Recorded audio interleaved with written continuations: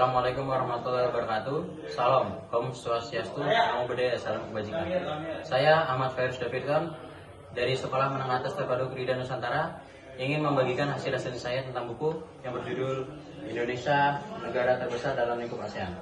Buku ini ditulis oleh Syahbudin Mangandaralam dan diterbitkan oleh PT Remaja Rosada Karya Bandung. Buku ini diterbitkan pada tahun 1995. Buku ini memiliki lebar 15 cm dan panjang 22 cm. Dan buku ini ditunjukkan untuk membaca umum, terutama untuk pelajar dan siapa saja yang mau mengetahui tentang Indonesia secara mendalam di kacamata Asia Tenggara. Bahasanya yang mudah dipahami dan penyampaiannya yang tidak terlalu teknis, buku ini cocok untuk mengantarkan kalian untuk mengenal Indonesia lebih dalam dari sisi geografis, ekonomi, politik, maupun sosial budaya. Walaupun buku ini sudah terbit cukup lama, pada tahun 1995, tetapi buku ini masih relevan untuk dibaca. Isi buku ini dibagi dalam beberapa bagian yang membahas keunggulan Indonesia dari berbagai sisi, mulai dari wilayah, sejarah, sumber daya, hingga budaya.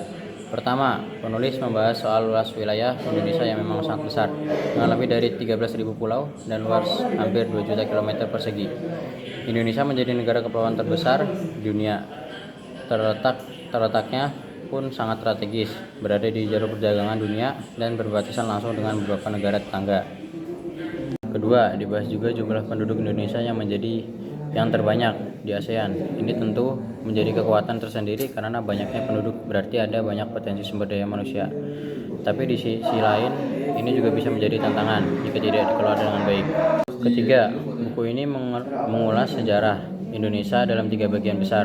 Masa kerajaan seperti Sriwijaya dan Majapahit, masa penjajahan oleh bangsa-bangsa asing, dan masa kemerdekaan yang dimulai sejak tahun 1945. Penulis ini tidak terlalu mendalam membahas sejarah, tapi cukup untuk memberikan gambaran umum bagaimana bangsa ini terbentuk dan berkembang. Keempat, dibahas juga soal kekayaan alam Indonesia yang luar biasa dari hasil bumi, hutan, laut, sampai tambang. Indonesia disebut sebagai negeri yang sangat kaya, tapi penulis juga menyinggung bahwa kekayaan ini belum sepenuhnya dimanfaatkan secara maksimal untuk kesejahteraan rakyat. Terakhir, bagian yang cukup menarik adalah pembahasan tentang budaya Indonesia dari Sabang sampai Merauke. Ada ratusan suku, bahasa, adat, dan tradisi yang semuanya berbeda, tapi tetap hidup berdampingan. Penulis menekankan bahwa semboyan Bhinneka Tunggal Ika bukan hanya slogan, tapi kenyataan yang terlihat dalam kehidupan sehari-hari masyarakat Indonesia. Kelebihan dari buku ini adalah informasi yang kooperatif, kredibilitas yang tinggi, struktur pembahasan yang jelas, dan analisis yang mendalam. Dan kekurangannya adalah informasi yang cepat kadaluarsa, sudut pandang yang terbatas, biaya dan ketersediaan kurang interaktif.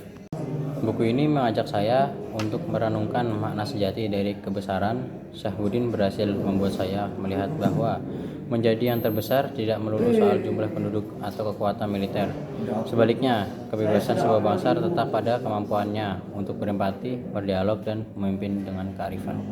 Sekian dari saya, mohon maaf apabila ada salah kata. Wassalamualaikum warahmatullahi wabarakatuh. Salam literasi.